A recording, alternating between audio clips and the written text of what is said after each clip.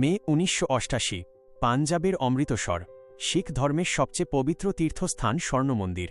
কিন্তু সেই পবিত্র স্থান তখন ভয়, আতঙ্ক আর সন্ত্রাসের অন্ধকারে ঢেকে গিয়েছিল। ৪ বছর আগেই ১৯৮৪ সালে অপারেশন ব্লু স্টার পুরো দেশকে কাঁপিয়ে দিয়েছিল। ভারতীয় সেনাবাহিনী তখন স্বর্ণমন্দিরে ঢুকে খালিস্তানি জঙ্গিদের বিরুদ্ধে অভিযান চালিয়েছিল। কিন্তু সেই ঘটনার ক্ষত তখনও শুকায়নি। সারা বিশ্বের শিখ সম্প্রদায়ের মনে সেই ঘটনার গভীর দাগ রয়ে গিয়েছিল। আর ঠিক সেই সুযোগটাই নিয়েছিল খালিস্তানি জঙ্গিরা। ১৯৮৮ সালের শুরুতেই আবারও স্বর্ণমন্দির দখল করে বসেছিল তারা। মন্দিরের ভেতরেই তৈরি হয়েছিল তাদের সশস্ত্র ঘাঁটি। সেই ঘাঁটির নেতৃত্বে ছিল এক ভয়ঙ্কর জঙ্গি কমান্ডার সুরজিৎ সিং পন্টা। তার সঙ্গে ছিল প্রায় ২ শতাধিক সশস্ত্র জঙ্গি। স্বর্ণমন্দিরকে তারা এমনভাবে দুর্গে পরিণত করেছিল যে বাইরে থেকে সেখানে ঢোকা প্রায় অসম্ভব হয়ে পড়েছিল। পন্টা খুব ভালো করেই জানত, যদি ভারত সরকার আবার সেনাবাহিনী পাঠায়, যদি আবার অপারেশন ব্লু স্টারের মতো কিছু ঘটে, তাহলে গোটা পাঞ্জাব আগুনে জ্বলে উঠবে।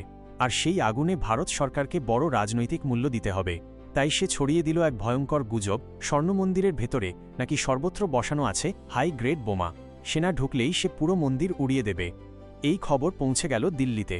দিল্লির এক গোপন কক্ষে গভীর রাতে বসল একটি গুরুত্বপূর্ণ বৈঠক।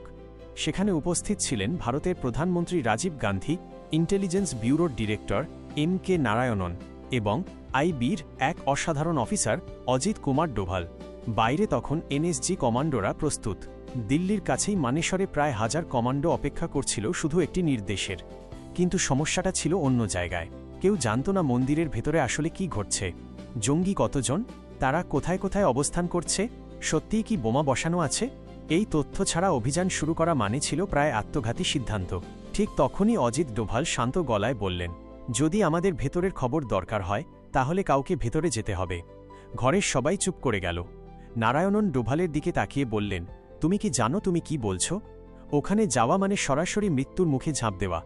ডোভাল শান্তভাবে উত্তর দিলেন, এই কারণেই কোনো সাধারণ ইনফর্মার নয়, আমি নিজেই যাব। কিছু মুহূর্তের নীরবতার পর তাকে অনুমতি দেওয়া হলো। এরপর শুরু হলো ভারতের গোয়েন্দা ইতিহাসের সবচেয়ে সাহসী আন্ডারকভার মিশনের একটি। অমৃতসরের স্বর্ণ মন্দিরের আশেপাশের গলিগুলো সবসময় ভিড়ে ভরা থাকে। সেই ভিড়ের মাঝেই হঠাৎ দেখা যেতে শুরু করল এক নতুন মুখ, একজন রিকশাওয়ালা। পাতলা গড়ন, ক্লান্ত চেহারা, সারাদিন ঘাম ঝরিয়ে রিকশা চালায়। কিন্তু কেউ জানত না, সেই সাধারণ রিকশাওয়ালাই আসলে ভারতের সবচেয়ে দক্ষ আন্ডারকভার এজেন্ট অজিত কুমার ডোভাল।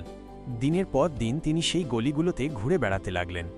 যাত্রী তুলতেন, নামাতেন, আর একই সঙ্গে নজর রাখতেন মন্দিরের প্রতিটি প্রবেশপথে, জঙ্গিদের চলাফেরা আর পাহারার ধরনে। জঙ্গিরা ছিল খুবই সতর্ক। তারা সবসময় সন্দেহ করত কেউ হয়তো পুলিশের গুপ্তচর। অবশেষে এক রাতে তারা ডোভালকে ধরে ফেলল। একটি অন্ধকার গলিতে কয়েকজন সশস্ত্র জঙ্গি তাকে ঘিরে ফেলল। বন্দুক তাক করা হলো তার মাথায়। একজন চিৎকার করে বলল, কে তুই? পুলিশের গুপ্তচর। মৃত্যু তখন একেবারে সামনে দাঁড়িয়ে। কিন্তু ডোভাল একটুও ভয় পেলেন না। বরং তিনি কঠোর গলায় উর্দু ভাষায় বললেন, বোকা লোকেরা, বন্দুক নামাও। আমাকে মেরে ফেললে তোমাদের স্বাধীনতার স্বপ্ন শেষ হয়ে যাবে। জঙ্গিরা হতবাক হয়ে গেল। ডোভাল বললেন, আমি পাকিস্তানের গোয়েন্দা সংস্থা ISI এর বিশেষ এজেন্ট। আমাকে তোমাদের সাহায্য করতে পাঠানো হয়েছে। এই কথাটা তারা বিশ্বাস করে ফেলল।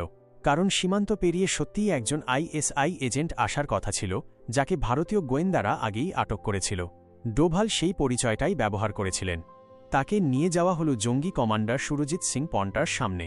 পন্টা ছিল খুবই চালাক। সে ঘণ্টার পর ঘণ্টা ডোভালকে জেরা করল।